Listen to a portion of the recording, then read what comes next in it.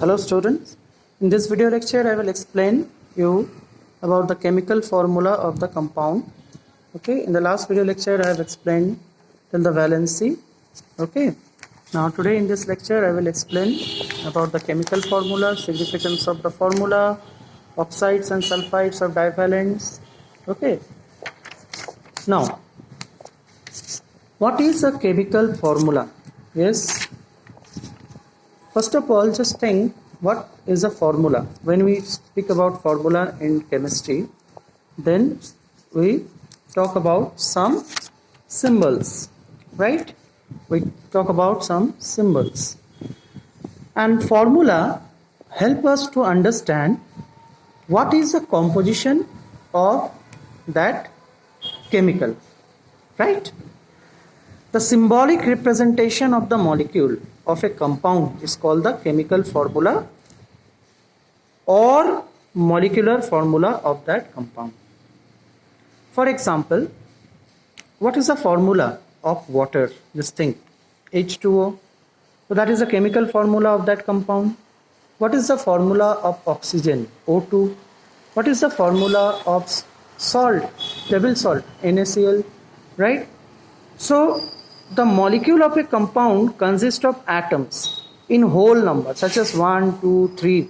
So whenever we write a chemical formula, yes, so whenever we write a chemical formula, we always write in a whole number. We never use fractional number. Okay. Have you ever seen any formula where any fractional number is there? No. You will not see any formula where fractional number is there. For example, if you write carbon dioxide, we'll write CO2. If you write water, H2O. So these are all whole number. We never write like this, 2 by 3, O, 5 by 2. No, this we never write. Okay, so this cannot be because whole number, because the molecule of a compound consists of atoms in whole number, 1, 2, 3, like that, of different element in a fixed proportion. Now what does this mean? In a fixed proportion? Fixed proportion means the formula will not change from time to time. Okay, so the composition of the compound is fixed. If you move across the countries, okay, say we stay at Andal, right?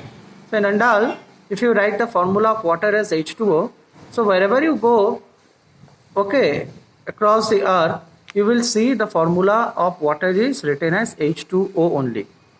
Okay. Now, for example, one atom of sodium Na and one atom of chlorine is Cl combined chemically to form molecule of sodium chloride. Thus, the molecule of sodium chloride can be represented by Na1Cl1, or 1 is the common factor. Okay. So we can also write NaCl. Nothing is there means 1 is there. Okay. NaCl, now dividing by 1 as is common to both the element, okay, the number of atom present in the molecule of a compound is represented by the subscript written after the symbol of the particular element. So these are known as subscript. Okay, so after the symbol of the element we will write. Now in this case you see Na1Cl1. Now 1 is going the common factor.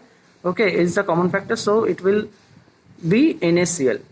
But there are some formula where we write this formula, right? For example, CO2, see the subscript is 2. H2O, see the subscript is 2. Okay. Now, example are hydrogen chloride, HCl, carbon dioxide, mercurous chloride. Okay. Then your ammonia, then aluminium bromide, water, magnesium chloride. These are all some examples which is given for chemical formula of compounds. Okay, remember we are discussing the chemical formula of compound. Now just let me remind you the term definition of compound. What is compound? What are compounds?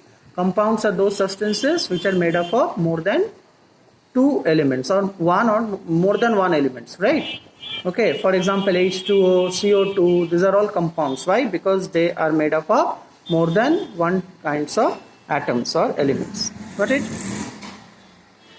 Now activity series. What is activity series? Activity series shows the reactivity of the metal. Okay. For example, potassium is highly reactive metal. Potassium is more reactive than sodium. Sodium is more reactive than calcium.